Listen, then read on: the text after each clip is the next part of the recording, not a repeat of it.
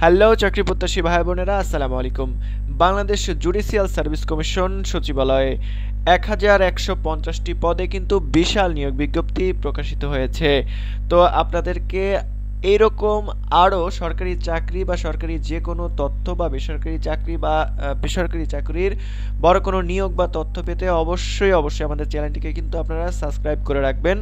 এই অনুরোধ রেখে কথা আর না বাড়িয়ে কিন্তু বিস্তারিত আলোচনা চলে যাচ্ছে।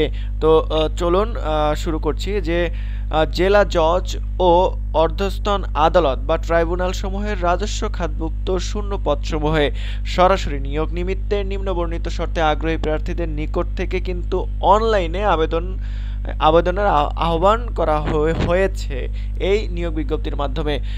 তো দেখি পদসংখ্যা যেমন 60 মুদ্রাক্ষরিক কাম কম্পিউটার অপারেটর, যেখানে বেতন গ্রেড কিন্তু 10,200 থেকে 24,680 টাকা, যেখানে বেতন স্কেল শূন্য পদের সংখ্যা 284টি।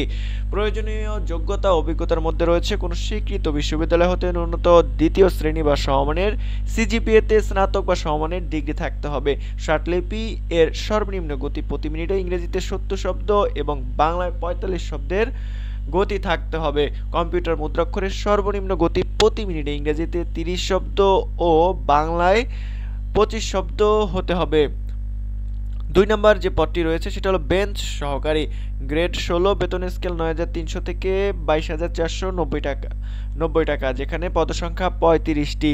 কোনো স্বীকৃত বোর্ড হতে ন্যূনতম উচ্চ মাধ্যমিক সার্টিফিকেট বা সমান পরীক্ষায় উত্তীর্ণ হতে হবে। 3 নম্বর ক্রমিক নম্বরে অফিস সহকারী কাম কম্পিউটার মুদ্রাক্ষরিক, যেখানে বেতন গ্রেড কিন্তু 16, বেতন স্কেল 9,300 থেকে 22,490 টাকা, 253টি পদসংখ্যা রয়েছে। কোনো স্বীকৃত বোর্ড হতে ন্যূনতম দ্বিতীয় শ্রেণী বা সমমানের জিপিএতে উচ্চ মাধ্যমিক সার্টিফিকেট বা সমান পরীক্ষায় কিন্তু উত্তীর্ণ হতে হবে। কম্পিউটার ব্যবহারে দক্ষ হতে হবে। কম্পিউটার মুদ্রাক্ষরের সর্বনিম্ন গতি প্রতি মিনিটে ইংরেজিতে 20 শব্দ ও বাংলায় 20 শব্দের অধিকারী হতে হবে।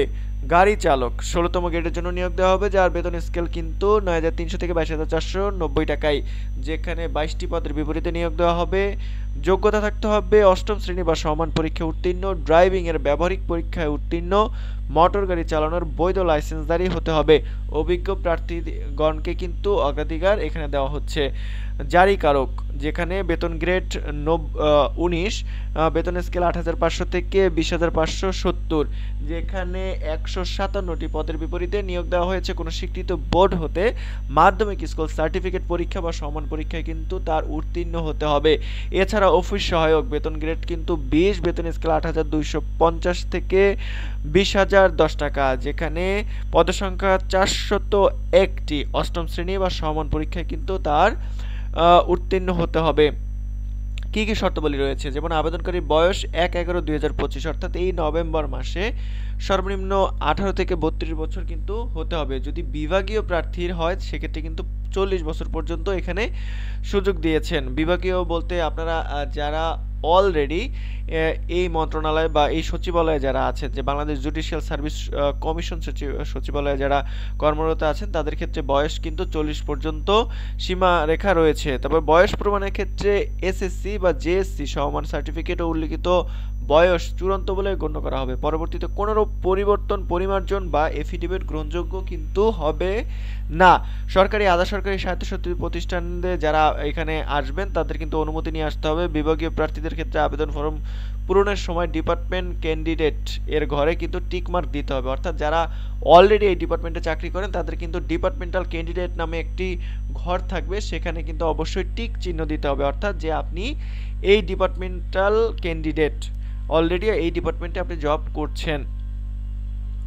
লিখিত ও ব্যবহারিক পরীক্ষার ফলাফলের ভিত্তিতে মৌখিক পরীক্ষার জন্য নির্বাচিত প্রার্থীকে মৌখিক পরীক্ষায় অংশগ্রহণের সময় নিম্নবর্ণিত সত্যায়িত কাগজপত্র কিন্তু আপনাদের সাথে নিয়ে আসতে হবে, অর্থাৎ 2 কপি অনলাইনে পূরণকৃত আবেদনের কপি এবং 2 কপি পাসপোর্ট সাইজের রঙিন ছবি, শিক্ষাগত যোগ্যতার সকল প্রকার মূল অথবা সাময়িক সনদপত্র, জাতীয় পরিচয়পত্রের কপি, অনভিজ্ঞ সনদের কপি, এছাড়াও ইউনিয়ন চেয়ারম্যান বা পৌরসভার যেখানে আপনি বাস করেন তার কিন্তু নাগরিকত্ব সনদ এবং আপনার চারিত্রিক সনদ এখানে দরকার হবে। মুক্তিযোদ্ধা কোটায় আবেদনকারী প্রার্থীদের ক্ষেত্রে সরকারের সর্বশেষ সিদ্ধান্ত অনুসারে মুক্তিযুদ্ধ বিষয়ক মন্ত্রণালয় কর্তৃক মুক্তিযোদ্ধা, শহীদ মুক্তিযোদ্ধা, বীরাঙ্গনা সন্তানদের মুক্তিযোদ্ধা সনদপত্র কিন্তু তাদের দেখাতে হবে। ক্ষুদ্র নৃগোষ্ঠী বা শারীরিক প্রতিবন্ধী বা তৃতীয় লিঙ্গের ক্ষেত্রে সর্বশেষ সরকারি নীতিমালা অনুযায়ী উপযুক্ত কর্তৃপক্ষ কর্তৃক প্রদত্ত সনদপত্রের কপি কিন্তু আপনাদের থাকতে হবে। প্রার্থীর সনদপত্র বা ছবি সত্যায়নকারী কর্মকর্তার নবম অর্থাৎ অনূর্ধ্ব গ্রেডের গেজেটেড কর্মকর্তা দ্বারা কিন্তু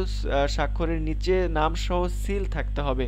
ঠিক আছে, এছাড়াও আপনারা কোন bjsc.gov.bd এই ওয়েবসাইটে কিন্তু আপনারা নিয়োগপত্র পরিবর্তন সংশোধন যদি দরকার হয় করতে পারবেন বা নিয়োগ করতে পারবেন, এখানে কিন্তু আবেদন করতে পারবেন। তাহলে আবেদনটি শুরু হবে অর্থাৎ আবেদনপত্র পূরণ ও আবেদন ফি জমাদানের শুরুর তারিখ হবে এই মাসের আসন্ন 25শে নভেম্বর 2025 থেকে, অর্থাৎ মঙ্গলবার সকাল 10টা থেকে কিন্তু আপনাদের আবেদন করা শুরু হবে এবং আবেদন আপনারা করতে পারবেন 9ই ডিসেম্বর পর্যন্ত, অর্থাৎ মঙ্গলবার পর্যন্ত বিকাল 5টা আপনাদের 5টা পর্যন্ত কিন্তু আপনারা আবেদন সাবমিট করতে পারবেন, অর্থাৎ আবেদনপত্র জমা দিতে পারবেন আগামী মাসের 9 তারিখ পর্যন্ত, যেখানে আপনারা আবেদনপত্র সাবমিট করার পরবর্তী 72 ঘন্টার ভিতর কিন্তু আপনাদের আবেদনপত্রের ফি জমা দিতে হবে। এছাড়া 300/80 এবং স্বাক্ষর এবং 300/300 কিন্তু ছবি এখানে আপলোড করতে হবে অন্যান্য সরকারি চাকরির মতোই।